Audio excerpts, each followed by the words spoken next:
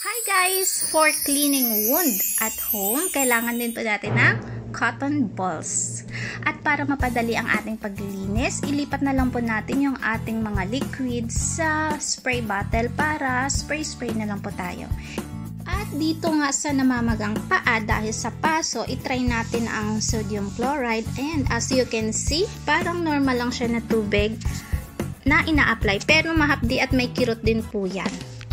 Next sa ating left foot, i-try naman natin ang hydrogen peroxide.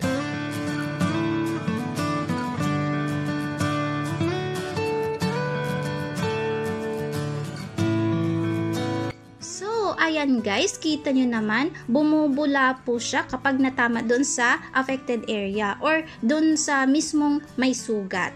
So, kayo na pong bahala guys kung ano ang mas bet nyo, yung sodium chloride ba or itong agua oxinada.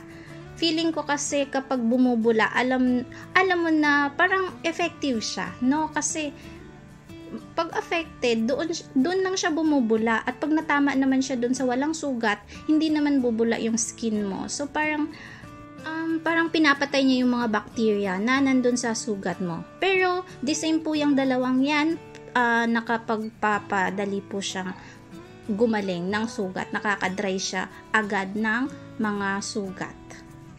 So ayun guys, tuloy-tuloy lang po ang paglilinis ng sugat. It's every day. So every day pwedeng twice a day or thrice a day. Kung sobrang sipag nyo maglinis ng sugat nyo, pwede naman po siya. Then after that, syempre lalagyan po natin ng betadine, yung ating povidone iodine. Oops. Ewan kung tama ba yung pag-pronounce ko. Basta yun na yun. Betadine na lang for short. And after 3 weeks nga ng aking paso mula sa pamamaga ng paa, syempre, naging sugat na. And tuloy-tuloy lang po ang gamutan natin. Ito na po yung hitsura niya. 3 weeks. So, to be exact, after 1 month, saka pa naghilom yung sugat na sobrang lalim niya, sobrang paso.